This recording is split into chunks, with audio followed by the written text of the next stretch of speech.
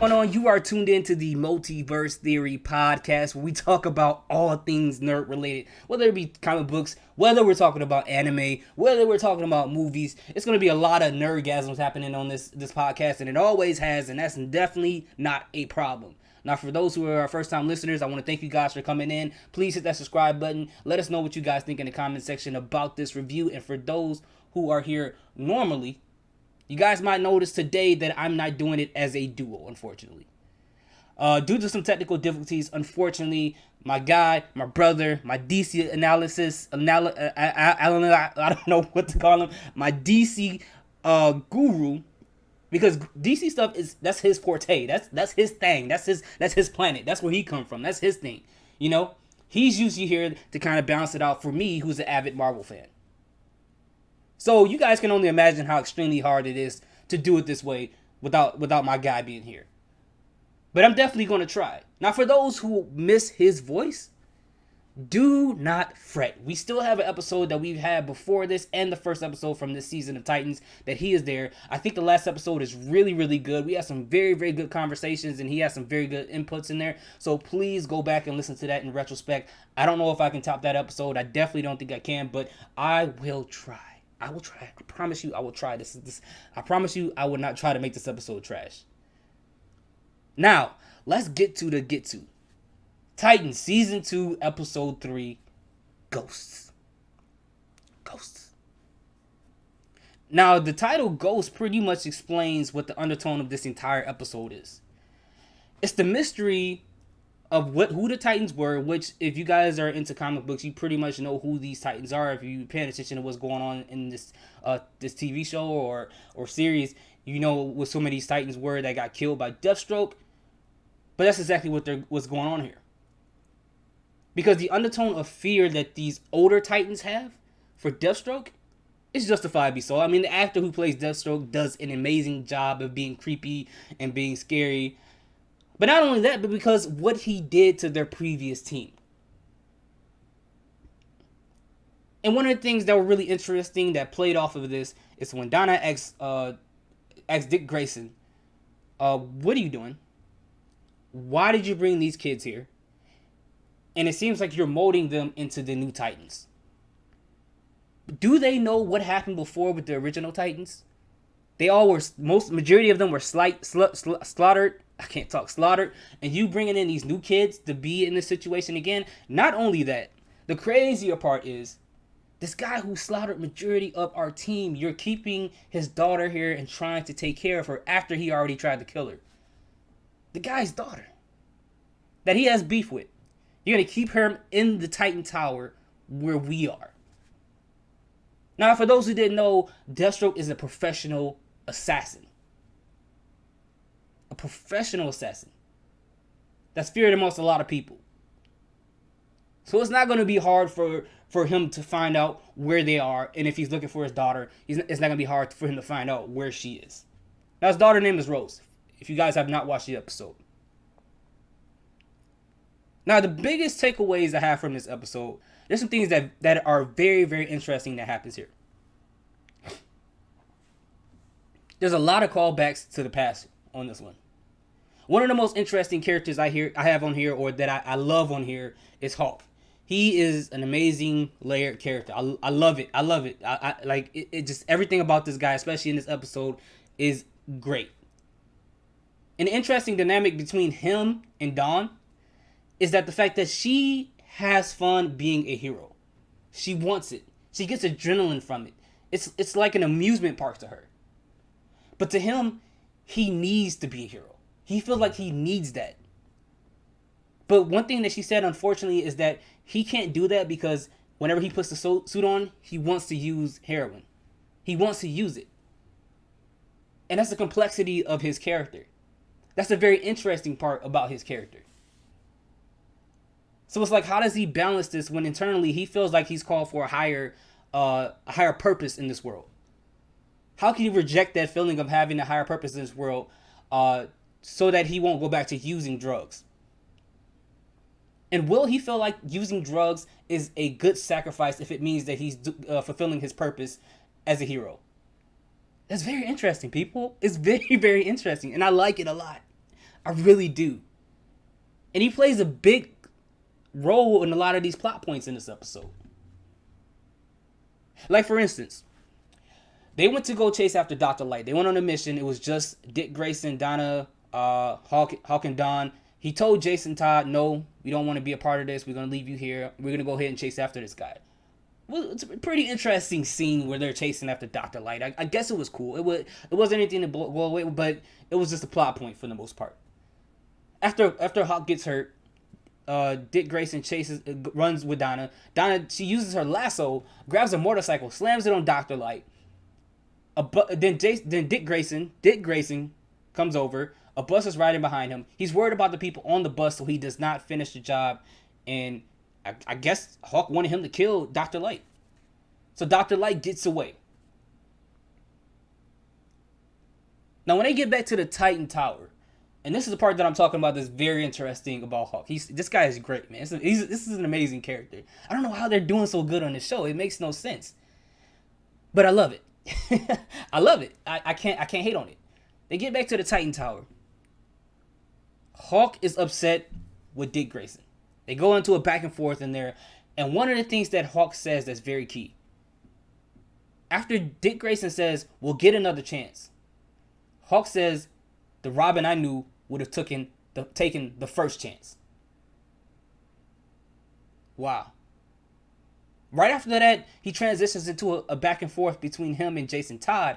And Jason Todd tells him, it's kind of making fun of him, saying that he failed the mission and saying, hey, you should look for a retirement package. Dick Grayson says, you're in my way. Jason Todd says, no, you're in my way. Now we get a close-up of Jason Todd's fist. He balls it up. Dick Grayson tells him, do not do it. You do not want to do that. Jason Todd obviously is the hard-headed character, and he does not listen, and he proceeds to swing on him, and Dick Grayson moves out the way and gives him the meanest stiff arm of all time in NFL history, and he falls to the ground. Now Jason Todd runs off like a little bitch and runs away. So Dick Grayson eventually goes into the training room. It feels like he's getting off some frustration, right? And I'm not going to get into this scene yet because I want to fast forward and kind of just put this thing all together. Later on in the episode, Jason Todd takes guard and says, hey, we found out where Dr. Light is by looking on this screen, this map that Dick Grayson has him looking at. Because of the heat signatures that are happening in the underground trains. So they go down there to investigate. Jason Todd tells him, hey, let's split up because we can do majority of the job in half the time if we're split up. Which I feel like at that point, he did that on purpose because he knew that he was going to find Dr. Light by himself. Because he even told Guard before they left on this mission, this is the moment where I can show that I can do this. That I can prove to Dick Grayson that I can do this. This shows a little vulnerability in his character. And it's interesting. I like it. Now, the reason why I brought that up before to clump it all together with the Hawk situation is because when Hawk said to Dick Grayson, hey, the old Robin would have did this, would have taken it out in the first opportunity. Obviously, after Jason Todd gets into a fight with Dr. Light, and eventually he's just kind of whooping his ass for the majority of the time, and then Deathstroke comes in, and you hear Jason Todd scream, Guard comes in, and you see a trail of blood. I'm wondering if down the line, because Jason Todd is so assertive, because he's so aggressive, because he's out there trying to take people out, I wonder if Hawk is going to gravitate to that because it reminds him of the old Robin. One of the important things here is that one of the things me and my guy Carmine has been talking about this is that Dick Grayson has been maturing. Since last season, he just seemed like he was just all over the place. This season, you see the maturation of him. He's showing more signs of his characteristics being like Batman. The way he handles things. He seems like he's thinking things through before he does it. It seems like that he's being a little bit more methodic about things. And one of the main things I always loved about Batman is he always made these choices that he felt like were great to him, but to everybody else made zero sense at all. But at the end of the day, it could possibly get us in trouble, or it could possibly work. But in his mind, he feels like it's the right thing to do. As far as the maturation of Dick Grayson, we keep talking about, me and Carmine, we keep talking about the fact that he's slowly maturing, but also teasing into becoming Nightwing. And I love that. Slow burn it. Don't do like a 1990s movie where all of a sudden Robin walks up to the Batcave and all of a sudden he accidentally types in the right code on the keypad to open the Batcave, walks to the back, all of a sudden Batman has a costume etched up and sewn together for him in the back that he coincidentally finds. And then all of a sudden Batman's fighting crime and then Robin comes out in the suit that he made specifically. I don't know how he picks the right measurements for him first and foremost without actually taking him to a tailor. That's neither here nor there. But all of a sudden Batman's fighting, then Robin comes out of nowhere in his costume and Batman looking like, what are you doing with that on? It's like, Batman, you made it for him. Like, whatever. But I like the fact that they're slow burning this. Because we saw that he relinquished his name as being Robin, gave that to Jason Todd in the previous episode. And in this episode, after he has this argument, and I'm sorry if I'm all over the place, after he has this back and forth with Jason Todd and pretty much give him the hardest stiff arm of all time, he goes to the training area to kind of get off his frustration. Rose, which he has in the home with him, who is the daughter of Deathstroke, who pretty much killed most of his previous team, which people like, which Donna is like, what the heck, like you're training these kids to be the new Titans, like what the heck are you doing with this girl here, who is the daughter of the guy who assassinated the majority of the team that we had before. And the interesting thing about him going to the training area, Rose comes down and she has a sword. And she basically says, and I'm paraphrasing, she fights in a way where she goes after the kill shot. Dick Grayson is saying, hey, you know what? I don't do it that way. I fight for defensive ways. I fight defensively.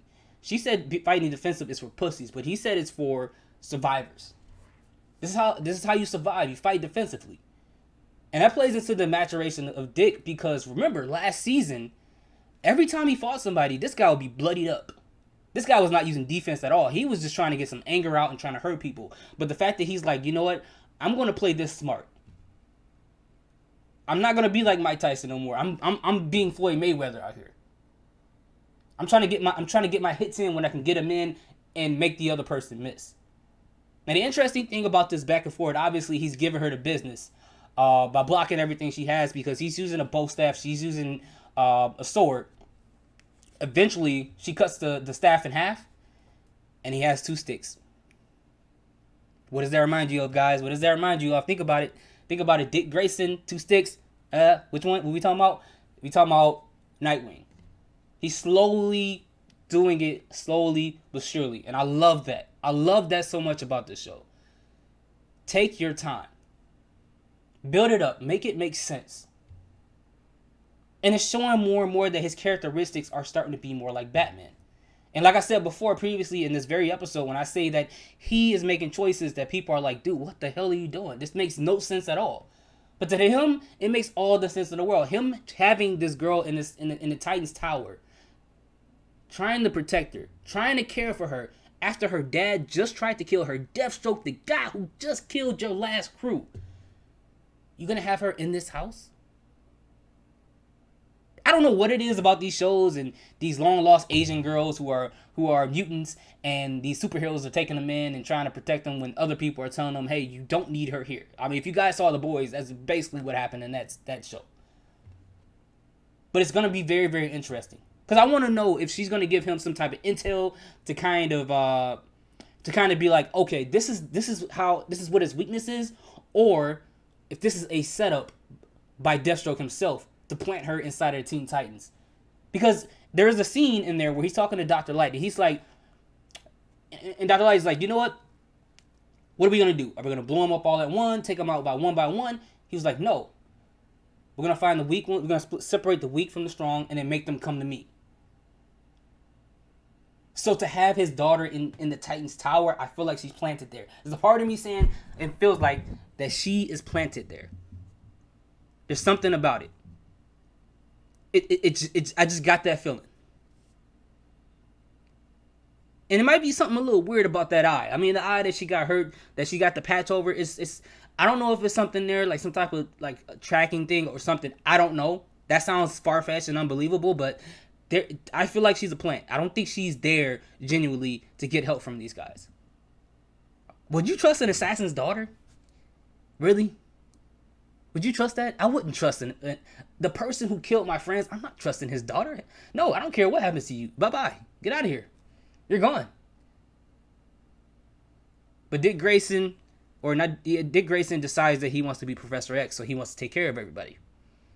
He wants to lead. He wants to be mature, which I can understand his heart. But at the same time, you know, other people are even looking at him like, dude, what the hell are you doing? This doesn't, like, come on, let's be smart here. And I know Dick Grayson, this guy's been on a streak when it comes to ladies, been smashing ladies left and right. I understand that. I know he's on his pimping all over the world mode, but he got to think with his brain and not with his first name. But anyways, I digress. I don't want to make this episode longer than what it needs to be. But we have some very interesting things that happen here on this episode. I can't wait to see. This is a very crazy ending with Jason Todd being captured by Deathstroke. All a part of Deathstroke's plan. All a part of it. But it's going to be very, very interesting. I can't wait to see what Hawk does next. He's a character I'm very, very invested and interested in. To see if he'll take on drugs just to become the person in his higher calling. I hope he doesn't. I hope nothing bad happens to him. I'm not going to wish that on him. But that'd be a sad situation for me. That really would be really sad. But I can't wait to see what happens next. Anyways, that was the episode. I did as much as I can. Hopefully you guys liked this episode. I promise you guys that next time Carmine will be here to make this conversation a hell of a lot more interesting than what it is right now. I'm sure you guys are tired of hearing my voice. But either way, he'll be here next time. We're going to figure this out tonight. I promise you guys. Thank you guys so much for listening to the end of this episode. If you guys have not subscribed to this channel, whether we're talking about SoundCloud, Spotify, YouTube, Facebook, if you have not done that yet, please take the opportunity to do that. Please support us because we love giving you guys nerd content and as much as we can possible. We love doing this. We really do. Carmine's very passionate about this thing, and I can tell you that for sure because I met a lot of people who think they're passionate about certain things and they're absolutely not passionate about it. You know, they're just riding the trend, and that's fine if you guys are doing that. That's more money for the companies. But this guy is very passionate about this DC stuff, so I cannot wait to have him on here for the next episode. And if you guys are fans of Power Rangers, guess what? We got a surprise for you guys. We are going to do an episode about that little by little. We're going to talk about everything like that. If you guys, for the people who's like 30 plus, we got something for you guys. We did not leave you out. We got Power Rangers, starting off with Mighty Morphin Power Rangers. Can't wait to do that. All right. Thank you guys for listening. I am Preston. You can follow us on Instagram, Multiverse Pod, but the O in Pod is a zero. Is a zero. Is on Twitter, Instagram, Facebook, Multiverse Podcast Theory. Multiverse Theory Podcast. You can follow us on all streaming platforms, Google Play Music, SoundCloud, Spotify, wherever you want to listen to us at. Please check that out. Thank you guys so much for listening. I hope I made Carmine proud. Salute. You guys have a good day. Peace.